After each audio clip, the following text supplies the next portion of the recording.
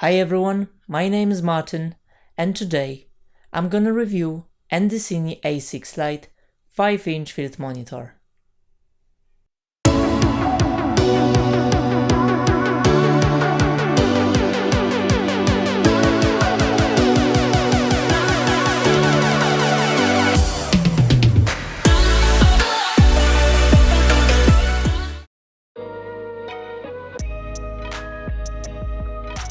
So what's really an Andycine A6 Lite? Well, basically it is a smaller and even lighter version of Andycine A6.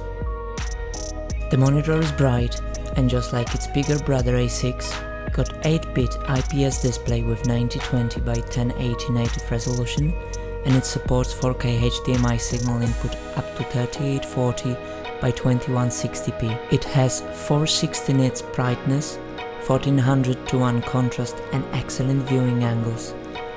This monitor is really sharp with good color reproduction. A6 Lite is not a touchscreen, and its main navigation control with 8 buttons placed on the top of the monitor. On the left side of the unit there are HDMI in and out ports together with DC in 12V. Dual type battery plate at the back is compatible with SONY-NP-F Series batteries, as well as the Canon LP-E6 batteries. The unit also comes equipped with a 3.5 stereo headphone jack alongside DC out 8.4V and USB upgrade ports. There are two 1/4 inch mounting points on the monitor, bottom and right side, suitable for stabilizers and hand rigs. The size is ideal for most of the shooting jobs. Build quality is good, it's still plastic construction.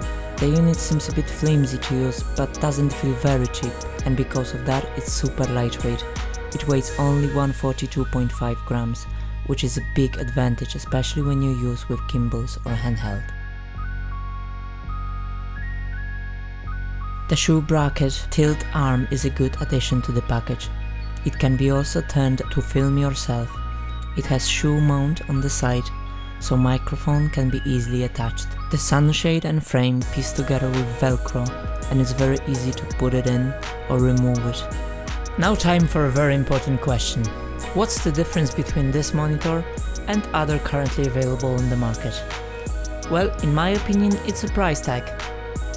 The monitor cost only €185, which is around £160 and $206 US, which is just a fraction of cost of a small HD 5-inch or a Atomos Ninja 5. I know many of you might say it's not the same league as the other two, small HD and Atomos. Their build quality is much better, they are brighter, got more features, but for those who begin with filmmaking and even some semi-pro, budget can be an issue, and in regards to how the monitor performs, and it performs super well, the A6 Lite becomes a premium quality and it's a budget-friendly option. I've been testing this monitor for last month. I didn't find any issue or problems. Having in mind how affordable this monitor is, and I will say it again, it performs very well, I am pleasantly surprised overall.